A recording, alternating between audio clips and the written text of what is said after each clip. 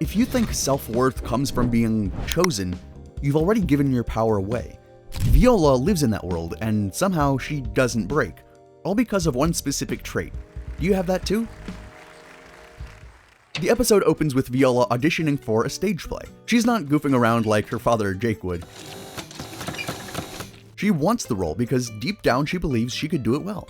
And she does. Her performance is steady and clear enough that even Lumpy Space Princess notices. But then comes the gut punch. You were terrible, but you can be my personal assistant. No matter how much effort she put in, it was never going to be enough. LSP already decided before the auditions even started that Viola wouldn't be the star, and that's something a lot of us learn the hard way. Being good at something doesn't guarantee people will see it and give you props for it. Sometimes people won't recognize your value because it's more convenient for them to ignore you. LSP doesn't give constructive feedback or pretends to be kind. Start with my laundry. She tosses Viola a pile of laundry and tells her to start washing clothes. And what's worse is that Viola doesn't complain, she just accepts it. It's pretty similar to being thrown into the friend zone and thinking you can just prove how awesome you are there, just to turn it all into a relationship. The similarity lies in the way that Viola thinks and feels. Deep down, she hopes that by just showing up, even as an assistant, it still matters. It's easy to say we know our worth, but what happens when no one else seems to know it? And that's the first emotional lesson. When you know you're being overlooked, the real test of self-worth isn't what you say or look for. It's what you choose to do and keep doing. After being silently rejected and shoved to the side, the episode takes a surprising turn. Viola goes to a nearby restaurant where Jake sees her and lights up. How's my big shot actress daughter? Did you get that part you wanted? In that moment, Viola doesn't tell the truth. She just tells Jake that she got the part to protect herself from a little embarrassment and to protect Jake. But how does that protect Jake, you might ask?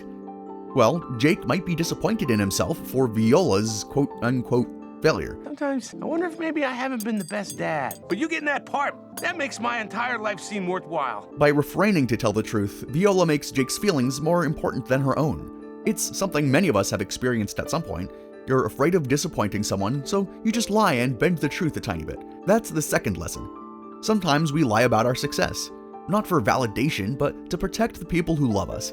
We don't want them to feel like they failed us by our own failure, but in doing so, we quietly tell ourselves the opposite, that our worth depends on not letting others down, and that's a heavy burden for anyone to carry. So how can we deal with that in a healthy way? That's where the continuation of the rehearsals comes in. Viola wants to continue her assistant duties, doing the work no one else really sees or appreciates. But when she shows up after her break or whatever, that doesn't sit well with LSP. What have I found here? Is it a little mouse? She just berates Viola for taking a break in the first place, not because it actually matters. LSP only does it because she's petty, insecure, and desperate for respect that she's never received. She doesn't want to just be the lumpy one in the room. She wants to be seen as special, as the one in charge. So she micromanages and yells around to protect her fragile sense of self. But here's what's incredible. Viola sees that and understands it. She sees the brokenness underneath LSP's ego. So she listens calmly and stays kind in the face of cruelty. You're never gonna win a fight against quote-unquote these types of people. It's better to show them your mental frame is stronger than theirs by not lashing out against them. Even when LSP whistles like she's summoning a pet and sends her to the roof in the rain to sketch out realistic raindrops, yeah, that's what her job became. You might recognize this kind of thing from like a manager or a mentor if you've ever had one. You know, the ones that see your potential, making them feel really threatened. If you're more competent than they are, you might replace them. Or even worse, get a role that's even higher than their current one, something they want as well. They'll either try to keep you small and make sure you don't get the spotlight, or they'll push you into the spotlight way too soon, unprepared, so they can come in and save the day, making them seem much more competent than they really are. Even when all of that is happening in the background, Viola doesn't lash out. She does what she can, and even if she can't be the star this time, maybe she can still help the play be beautiful. That's what makes her so strong. Viola reminds us that quiet persistence and empathy are their own kind of power.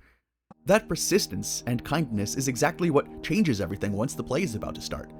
The mood is chaotic, LSP is taking credit for everything, and then Tree Trunks drops out.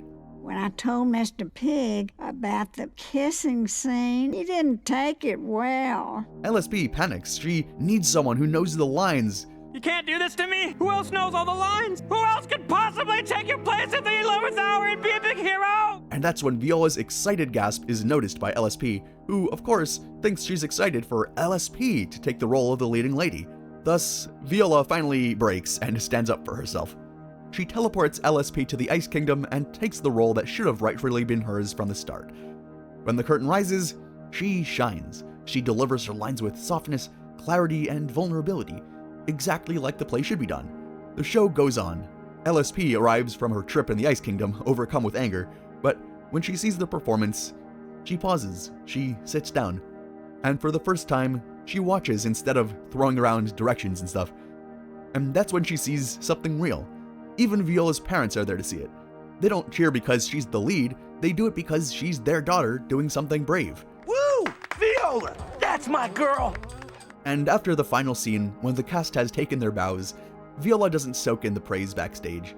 She turns it outward. Thanks, but it's not as if I wrote the play. That was... It's the quietest mic drop you'll ever hear. Because that's what real self-worth sounds like. No needing the credit to feel complete. And that's the third lesson. Sometimes you won't be chosen. But that doesn't mean that you won't have a place, that you don't belong. You can step into the role that you choose anyway. Not to prove your worth, but because you never needed to prove it in the first place, because you already know that you could do it. Viola lied to protect her dad. She stayed to support a selfish director. She stepped in when no one else could. And even then, at the end of it all, she gave LSP the credit. When she explains everything to Jake, how she wasn't supposed to be the lead and to just do the special effects, he doesn't care. He wouldn't have cared either way. And that's when it finally clicks for Viola as well. Her worth was never about the part she played, whether in the background or in the front. This episode doesn't teach us that being underestimated is okay. It doesn't say that we should accept mistreatment or stay quiet forever, but it does remind us that worth isn't something someone else gives you. It's something you carry with you, in the way that you listen, in the way that you act, the way that you show up and put the work in even when no one's looking. Even if you don't win or get a good grade, you'll still feel satisfied with the performance that you put in. No one decides for you when you're good enough. You decide that for yourself. If self-discovery is something you're still struggling with, watch our video on the Hall of Egress. It's got an even deeper lesson about self-discovery in it. And thank you everyone for watching, liking, subscribing, and commenting your thoughts. We really appreciate it. We like making these videos. We're almost at 100,000 subscribers, so let your friends know that this channel is great for therapy and learning lessons about emotions and self-care and understanding different lessons from cartoons like Adventure Time and others. We're going to continue making videos. Leave any comments about suggestions down below, and we'll see you in the next video. Thanks again.